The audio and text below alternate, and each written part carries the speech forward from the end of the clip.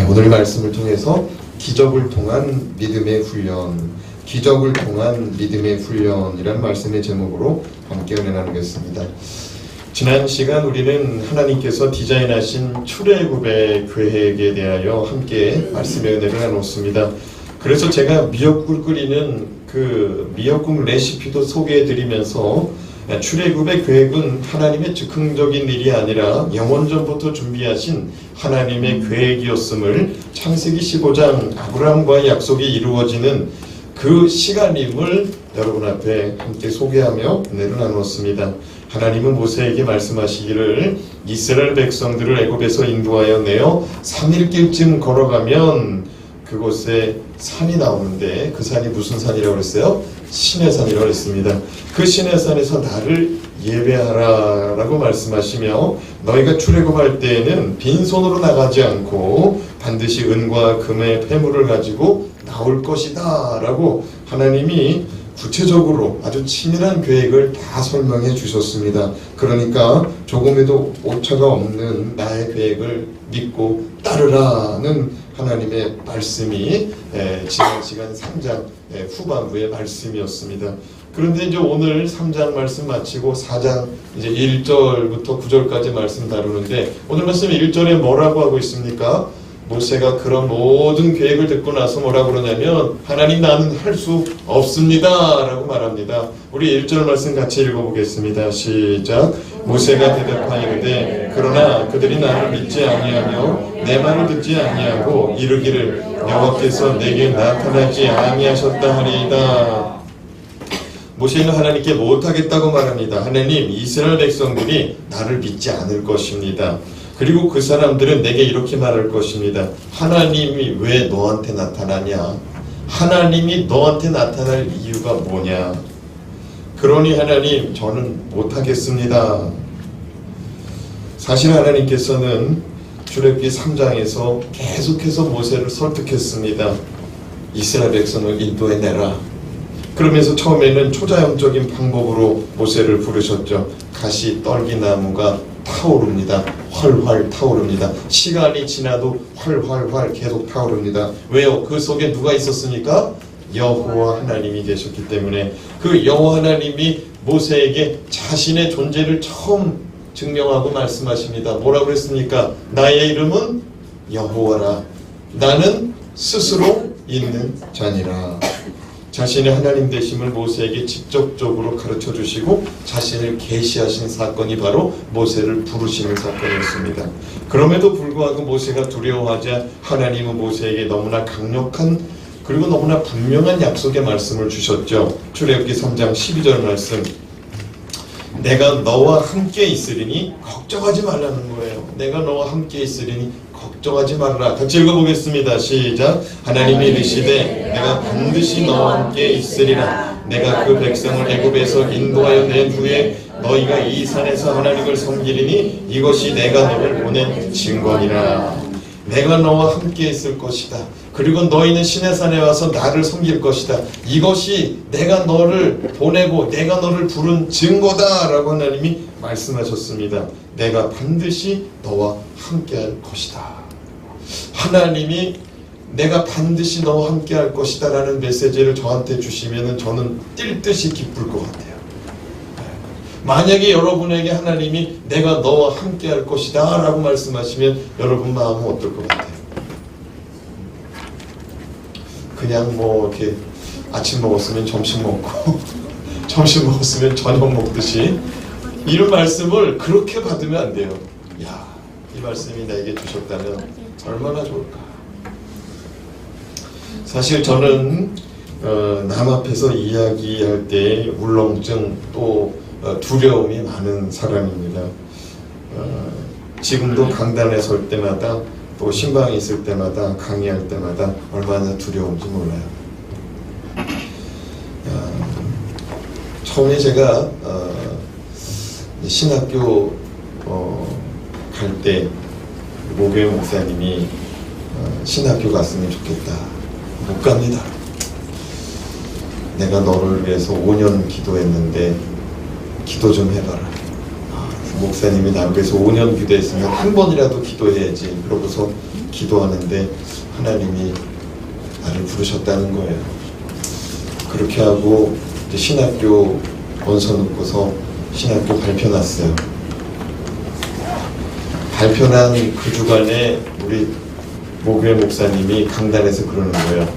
노상신 형제가 신학교에 합격했으니 오늘부터 우리 교회 전도사입니다. 박수! 그러는 거예요. 그래서 갑자기 일어나서 박수 받는데 아유 그것도 얼굴이 뜨겁더라고요. 그 다음 주에 이제 전도사 됐으니까 예배 시간에 특송하래요. 뭐 얘기가 된 것도 아니고 나와서 특송하래. 나가서 울었어요. 제가 그렇게 숫기가 없고 사람 앞에 서는 것이 힘든 사람이었어요. 네. 그냥 목사님은 그냥 이렇게 나가서 그냥 찬송가나 부르고 그냥 그럴 줄 알았나 봐요. 나는 이렇게 찬송가 붙들고 울었어요. 그런데요, 하나님이 도와주시면 안 돼요. 하나님 도와주셔야 됩니다. 그럴 때가 있는데 언제냐면 설교를 하면서 주님이 나와 함께 하시지 않는다.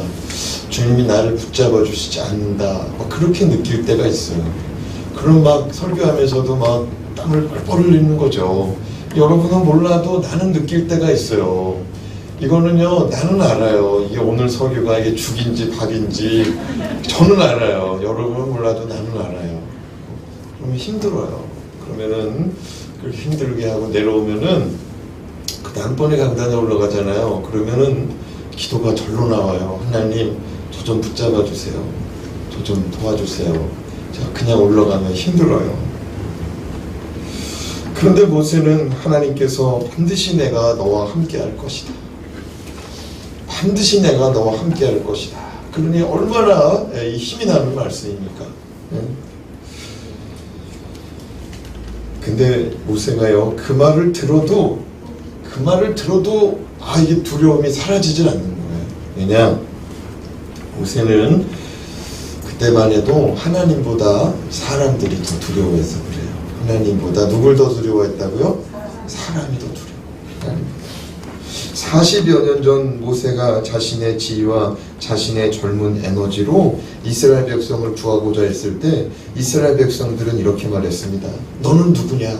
너는 누구냐? 너는 누군데 우리의 재판관이 되려고 하고 우리를 다스리는 자가 되려고 하느냐? 네가 누군데 우리의 재판관이 되고 네가 누군데 우리의 다스리는 왕이 되려 하느냐? 모세는 그때를 생각하면 지금도 식은땀이 흐르는 것 같아요. 그때만 생각하면은 얼굴이 뜨거운 거예요. 우리도 사람들 앞에서 나의 민낯이 발견될 때 아찔할 때가 있잖아요. 진짜 얼굴이 막 빨개져가지고 막 어디다가 얼굴을 좀 묻어두고 싶은데 그럴 수가 없을 때가 있잖아요. 시간아 빨리 가라. 시간아 빨리 가. 그래서 좀 이 상황을 좀 모면했으면 좋겠다. 우리도 그럴 때가 있잖아요. 오늘 말씀은 그러한 모세에게 기적을 보여주시며 모세의 믿음뿐만 아니라 이스라엘 백성들의 이 믿음도 세워가시기를 원하시는 하나님의 은혜의 말씀, 은혜의 사건이다라고 보시면 되겠습니다. 오늘날 우리는요, 기적을 위한 믿음인지 믿음을 위한 기적인지 잘 구분하지 못하는 신앙생활을 하는 경우들이 많습니다.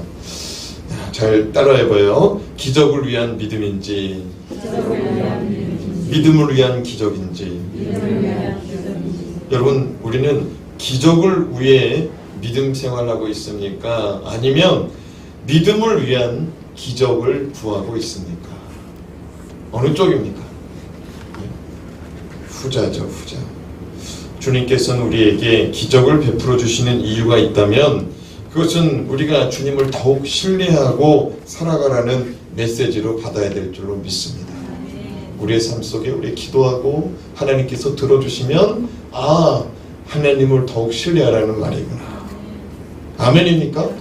자, 그렇다면 모세가 경험한 세 가지 기적을 통해 우리에게 주시는 믿음의 교훈은 무엇입니까? 첫 번째, 내가 가진 것이 주님의 도구라는 겁니다. 따라합시다. 내가 가진 것이 주님의 도구입니다. 네, 하나님께서는 모세에게 보여주신 첫 번째 기적이 무엇이냐? 모세가 이제 막 두려워하고 막 할 수 없다 그러니까 사람들이 나한테 막 왜 하나님이 너한테 나타났냐? 그럴 만한 이유가 뭐냐? 너한테 나타날 이유가 없다. 그러면서 하나님의 이 말씀을 믿지 못한 것 때문에 네가 만약 두려워한다면 내가 너한테 지금 보여주는 기적을 보여주라는 거예요. 내가 너한테 지금 기적을 나타낼 건데 그 기적을 백성들에게 보여줘라. 그 기적이 뭐냐? 지팡이가 뱀으로 변한 사건이에요. 지팡이가 뭘로 변했다고요? 뱀으로 변했어요. 성서학자들은 이 뱀을 애굽의 왕권의 상징이다. 애굽의 왕권의 상징이다 라고 해석합니다. 더 나아가 마귀 사탄의 상징으로도 보고 있습니다. 이 뱀이. TV나 영화를 한 번쯤은 보셨겠지만 애굽의 왕들은, 이 파라오들은 항상 머리에다가 뭘 쓰고 있냐면은 두건 같은 거, 이렇게 파란색 노란색 막 줄무늬가 있는 두건을 쓰고 있어요. 근데 두건 꼭대기에는 뭐가 달려 있냐면은 코브라가 달려 있잖아요. 보셨어요? 이마 위에 이 손오공의 머리띠 같이 생긴 거 위에다가 뱀이 달려 있어요. 네. 근데 이 코브라 형상을 한 왕관을 쓰고 있는데 모세가 던진 이 지팡이를 통해 뱀이 나타났거든요. 이 모세가 이 뱀을 보고서 순간적으로 어떻게 반응하냐면은 피해요. 물론 뱀 보고 끌어안을 사람은 없지만 이제 모세가 뱀을 보고 피한 사건을 통해서 모세가 애굽 왕 바로를 아직도 두려워하는구나 라고 느끼는 거예요. 왜냐하면 우리 3절 말씀 같이 좀 읽어보겠습니다. 3절 시작. 여호와께서 이르시되 그것을 땅에 던지라 하시매 곧 땅에 던지니 그것이 뱀이 된지라 모세가 뱀 앞에서 피하매. 하나님 말씀대로 순종해서 지팡이를 던지니까 뭐가 됐어요? 뱀이 됐거든요. 그리고 하나님 말씀에 순종해서 나타난 역사니까 사실은 두려워할 필요가 없었거든요. 그런데 그 뱀이 나타나니까 모세가 그 뱀을 피해버렸다는 거예요.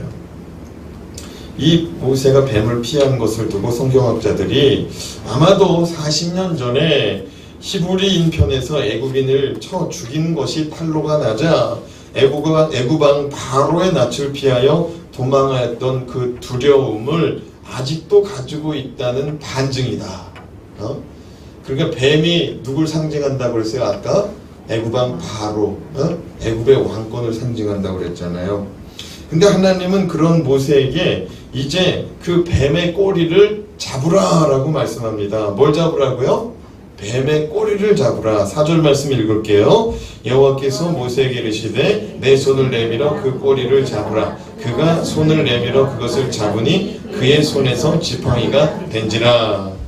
그거 봐요. 하나님 말씀대로 되어진 것이고 또 하나님 말씀이기 때문에 또 잡으라고 그러면 또 잡는 또 용기도 생겼거든요.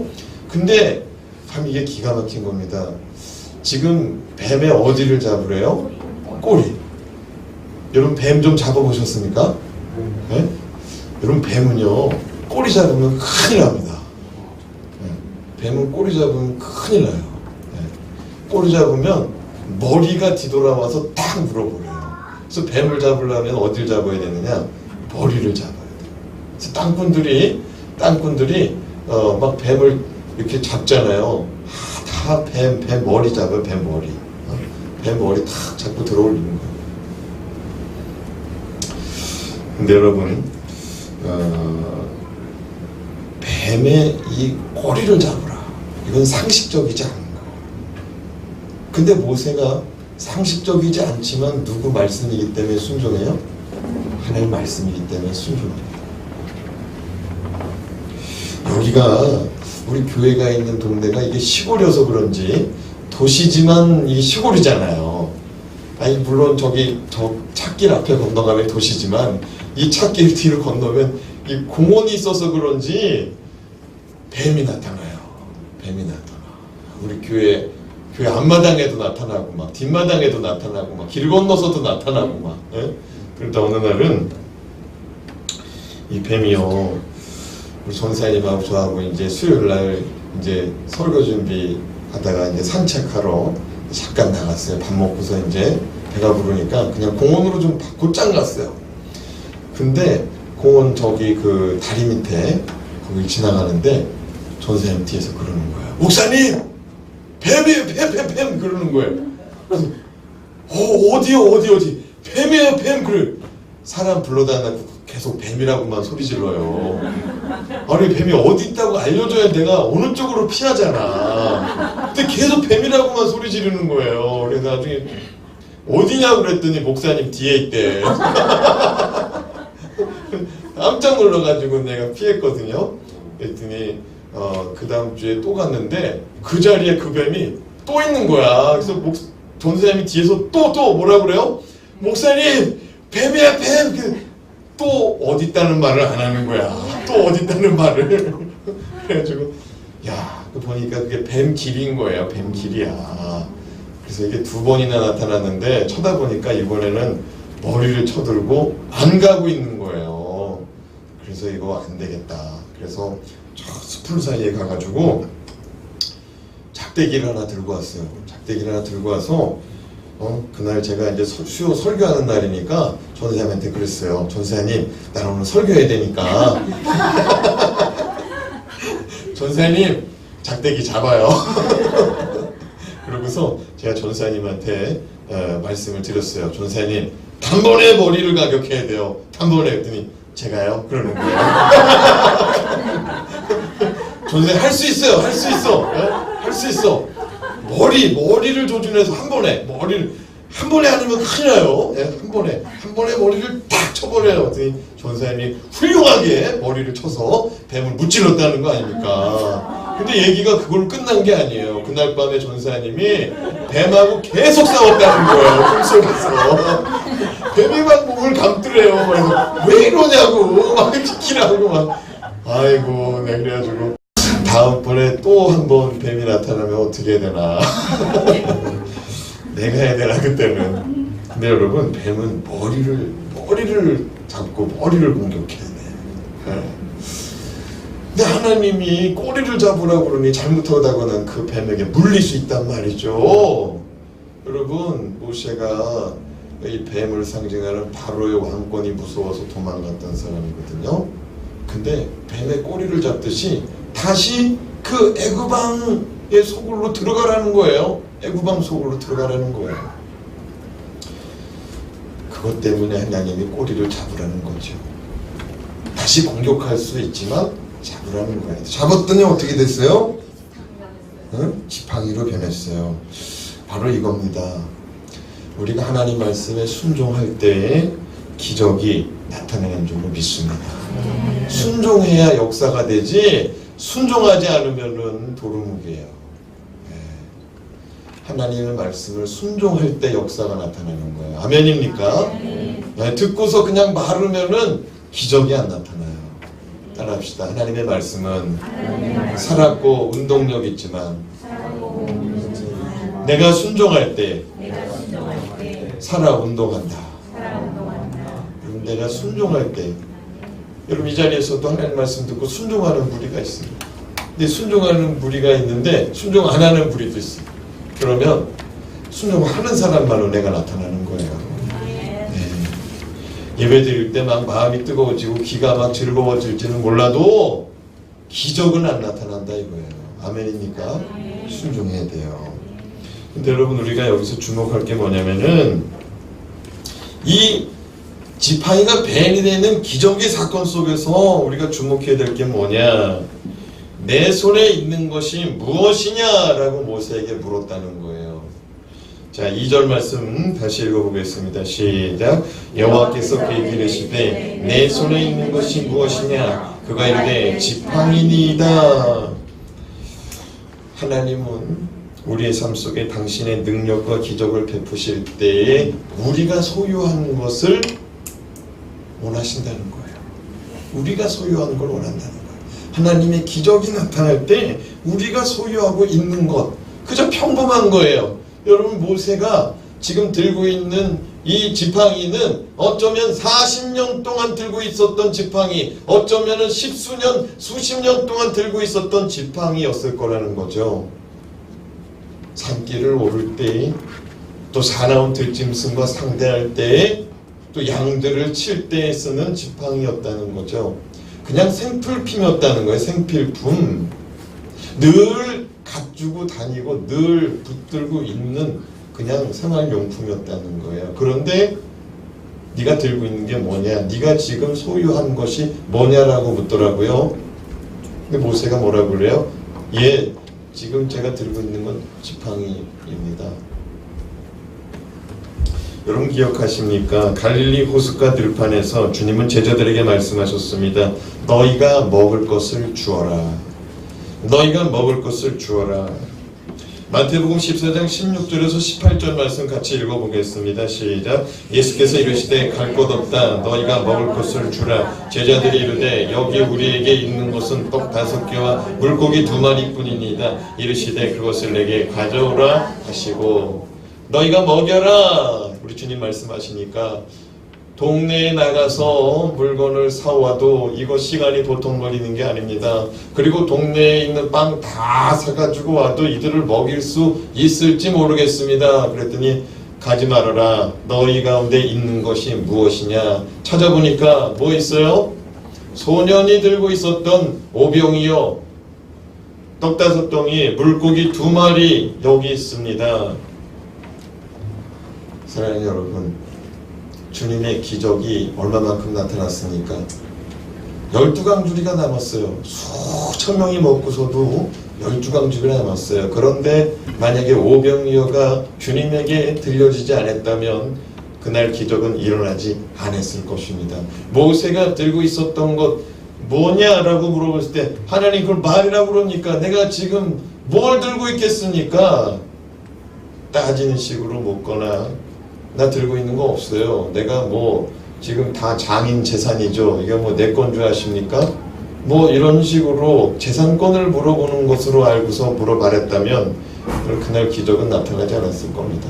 순수하게 네 손에 들고 있는 게 뭐냐? 예, 제가 지금 들고 있는 거 지팡이입니다. 사랑하는 여러분, 주님의 기적은, 주님의 능력은 우리의 손에서 주님의 손으로 건너갈 때 나타나는 줄로 믿으시기 바랍니다. 아멘. 우리의 소유권을 주님의 소유권으로 넘겨줄 때의 기적이 나타나는 겁니까? 나타납니다. 아멘입니까? 아멘. 그런데 우리의 문제는 뭐냐? 우리는 항상 주님께 큰 거를 준비해서 드리고자 한다는 겁니다. 아유, 이거는 좀 너무 약수하고 이거는 좀 덜 된 것 같은. 한번 제가 한번 키워가지고 한번 드려보겠습니다. 우리가 좀 그런 마음이라는 거예요. 우리가 좀 그런 마음이에요. 좀 큰 거 한번 드려봤으면 좋겠다. 근데 여러분, 주님은 우리가 가지고 있는 그것을 내게 가져오라고 말씀합니다. 네가 가지고 있는 게 뭐냐? 네가 가지고 있는 게 뭐냐? 내가 가진 작은 재능, 내가 가지고 있는 작은 것이 하나님의 손에 붙들린다면 그것이 능력으로 기적으로 나타난다는 사실을 믿으시기 바랍니다. 여러분, 우리의 재능과 은사가 주머니에 있거나 또 아무런 헌신이 없다면 그것은 집안에 있는 장식품에 불과합니다. 우리도 어저께 이제 책을 작은 교회 2곳에게 줬는데 책이 너무 많은데, 책이 너무 좋은데 안 읽어요. 안 읽으니까 그거는 그냥 장식품에 불과하더라는 거예요. 우리 집사님들이 책을 다 검열하는데 아이고 이거 아깝다, 이거 너무 좋다. 우리 집사람은 이거 상 받은 거네, 상 받은 거야, 이 책이 상 받은 거야, 막 아까워가지고. 근데 여러분, 아끼면 뭐 된다고 그래요? 아니, 그 책도 보니까 너무 좋은 책인데 벌써 몇 년이 지나가는 거예요. 그 집 아이들이 읽고 우리한테 준 거거든요. 어떤 집에서 읽고서 우리한테 준 거거든요. 여러분, 우리의 재능도요, 우리의 헌신도요, 아끼면은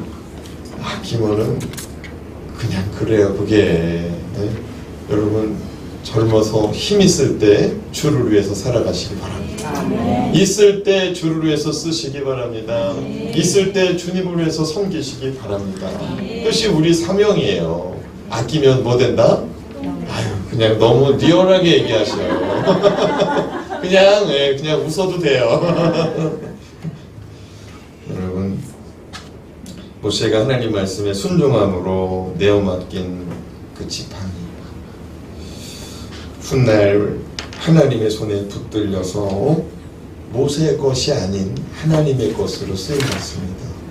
그것도 금방 쓰임받더라고요. 출애굽기 4장 20절 말씀인데요. 같이 한번 읽어보겠습니다. 시작. 모세가 그의 아내와 아들들을 나귀에 태우고 애굽으로 돌아가는데 모세가 하나님의 지팡이를 손에 잡았더라. 출애굽기 4장 2절 말씀에 하나님이 네 손에 든 것이 뭐냐라고 물었을 때 모세가 뭐라고 했어요? 지팡이입니다. 네 손에 든 것이 뭐냐? 누구 소유권이에요? 모세. 던져라. 던졌어요. 자기의 소유권이 이제 떠나간 겁니다.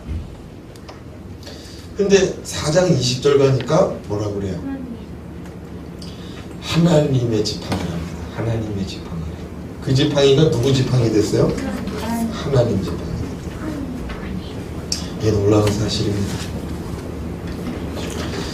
우리가 하나님께 내어드릴 때, 우리가 하나님께로 내어드리기로 작정하면은 그게 하나님께 되어서 그게 하나님의 역사를 이루는 하나님의 도구가 된다는 거예요. 사랑하는 여러분, 우리가 하나님께 드리고자 하면 하나님이 받으시고, 우리가 하나님께 드렸을 때 우리의 소유권이 하나님 소유권으로 바뀐다는 거예요. 이해가 되십니까? 따라합시다. 내가 드리고자 하면 하나님은 받으시고 나의 소유가 하나님의 소유된다. 하나님은 항상 뭐 등기 이전을 하려고 하는 분이 아니에요. 우리 마음의 중심을 보시는 분인 줄 믿습니다. 우리 마음의 중심을 보시는 분. 우리가 하나님께 드리기로 작정하면 우리의 평범한 삶이 하나님이 쓰시는 삶이 되는 거예요. 하나님 소유권. 여러분 생각해봐요. 우리가 집에 물건을 왜 구입합니까? 쓰고자 구입하는 거예요. 언젠간 쓰겠지 그러고서 사는 거예요. 언젠간 쓰겠지. 여러분, 우리가 하나님께로 우리의 소유권을 하나님께로 넘길 때, 우리의 삶을, 우리의 인생을 하나님께로 넘길 때, 하나님이 쓰시고자 하실 때, 지금이 아니라도 하나님이 쓰시고자 하실 때 우리를 쓰시는 줄로 믿으시기 바랍니다. 둘째로, 상처 입은 사람도 치유자로 사용하신다는 겁니다. 하나님께서 모세에게 3가지 기적 보여주셨거든요. 3가지 기적 나타내 주셨는데, 두 번째 기적이 뭐냐면은 내 손을 너의 품에 넣어봐라. 그래서 넣었더니 어떻게 됩니까? 나병으로, 문둥병으로 바뀌거든요. 또 넣어봐라. 그랬더니 어떻게 됩니까? 새 살로 바뀌었다는 거예요. 새 살로 돌아갔다는 거예요.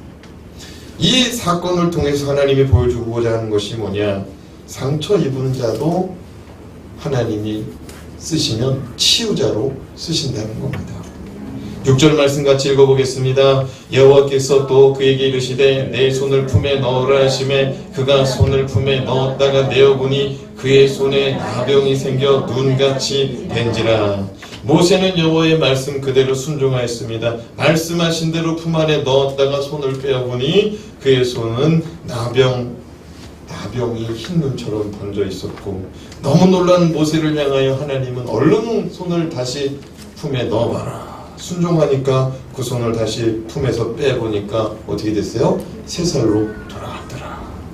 성서학자들은 다 의견이 일치하는 건 아니지만 대부분의 학자들은 모세를 이스라엘 민족의 치유자로 사용하시려고 지금 모세에게 기적을 보여주고 있다고 말씀합니다. 지금은 문둥병이 거의 치유될 수 있는 질병이 되었지만 당시에는 가장 절망적인 질병이 바로 나병이었다는 겁니다. 하나님의 명령에 순종하여 문둥병이 생긴 그 고통의 손, 절망의 손을 품 안에 넣는 순간 이내 깨끗해졌거든요. 근데 이거를 보여주라는 거예요. 누구한테? 이스라엘 백성들한테 보여주라는 거예요. 여러분, 모세가 이스라엘 백성들 앞에서 당당히 나설 수 있는 이유가 무엇이었느냐? 자기가 만난 하나님, 자기가 경험한 하나님이 있었기 때문인 줄로 믿습니다. 자기가 먼저 하나님을 경험했어요. 자기가 먼저 하나님을 경험했기 때문에 그 하나님을 증거할 수 있는 거예요. 여러분, 은혜 받은 자가 은혜 전하는 줄로 믿습니다. 하나님께 사랑받은 자가 사랑 전하는 줄로 믿습니다. 우리가 구원받았기 때문에, 구원받았기 때문에 구원을 증거하는 거죠. 모세가 이거 가지고 이스라엘 백성 앞에 나아갑니다. 손을 가슴에 넣었다가 뺍니다. 순식간에 손이 썩어져 내려갑니다. 이렇게 진물 흘러가지고 썩어 내려갑니다. 백성들이 보고 깜짝 놀라가지고 다 뒷걸음질 쳤을 겁니다. 그러고 나서 다시 넣었다가 뺍니다. 새살이 돋아납니다. 여러분, 나병을 치유하는 사람 모세를 바라보는 시선이 어땠을까요? 제가 여기서 정말 문둥병자, 암병자, 한진병이, 소경된 자, 기목은 자 정말 말씀만으로도 고친다면 어떻게 될까요? 저를 보는 시선이 달라지지 않겠습니까? 그리고 저한테 좀 잘 보이고 싶어가지고 저한테 좀 어떻게 기도 좀 한번 받아보고 싶어서 어떻게 한번 시선이 그렇게 벌써 이용한 사모는 눈이 바뀌었네.